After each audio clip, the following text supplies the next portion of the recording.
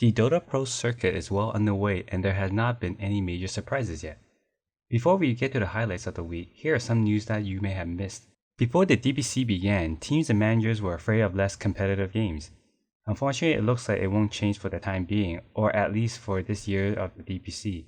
However, ESL announced they will run 2 tournaments, ESL 1 Summer and ESL 1 Winter.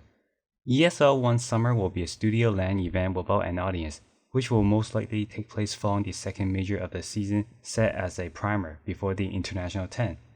The dates have not been released, but the second major of the DPC starts from June 2nd to the 13th. ESL 1 will also have a winter LAN, and depending on how COVID-19 is affecting the world, they will evaluate if they will be able to welcome an audience. As to where the International 10 will be located, we might be getting closer to knowing the location. One News recently had an interview with Gabe Newell. During the interview, Newell expressed interest in moving Valve operations to New Zealand, and he even revealed how CSGO majors and Dota 2's The International can be held in New Zealand with how well they are handling with COVID-19. How do you do tournaments? Is New Zealand the only country in the world where you can do Counter-Strike or Dota tournaments safely, things like that? As long as COVID keeps mutating, it certainly is increasing the likelihood that we'll be having events here. Literally could not, if I had to guess when it would be safe to do an in-person tournament anywhere in the world, it would be very hard for me to say that. Whereas I think with a lot of confidence, you'd be able to plan for that in New Zealand.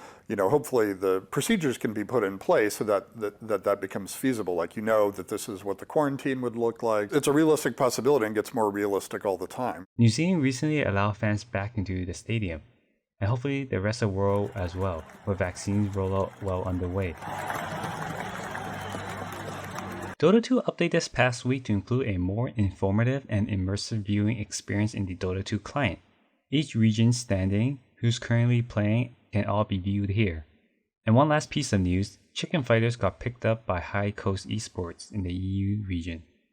Onto the DPC, there were many games and many of the fan favorite teams finally got to show off their new rosters. In North America, fans finally got to see their brand new EVG's team, and they went up against Sad Boys, which composed of 2 former EG5's TF5 winning players.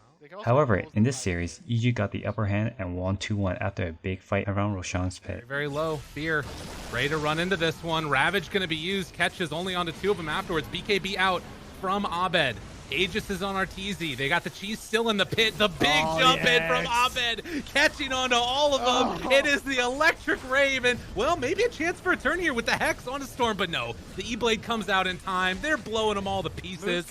He's trying. He wants to make something happen here, doing a lot of damage onto Abed, and now the turnaround though. Arteezy, he kills him off. Gets completely dismantled.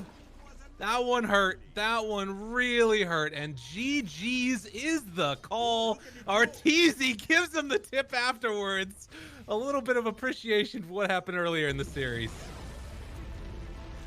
Damn. Yeah, that was good. Here are your Week 1 standings for NA and SA.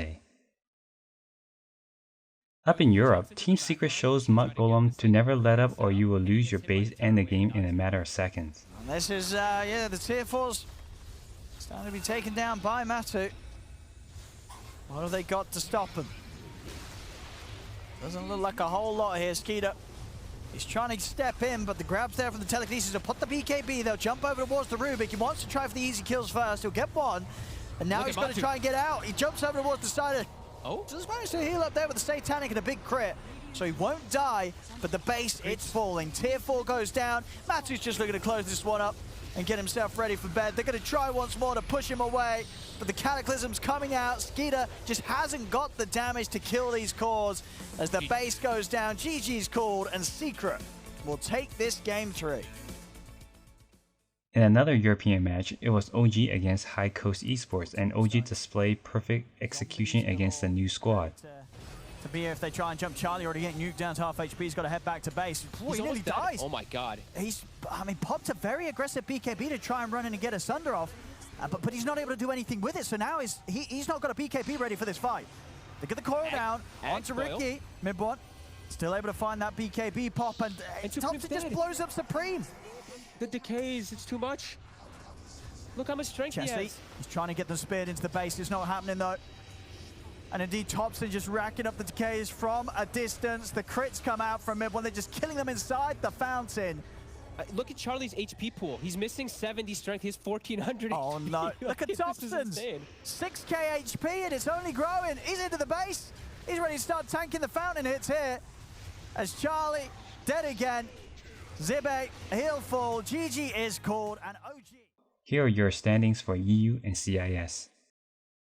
PSG LGD's Xiao Xinkyu Xijing places the perfect Echo Slam to take out Team Master. Echo Slam, Ice Blast, all in with the fissure. Everybody's gone on Aster. Wow, that was actually beautiful to watch. They got surprised with that. The Earthshaker 15. Here are your standings for China and the SCA region.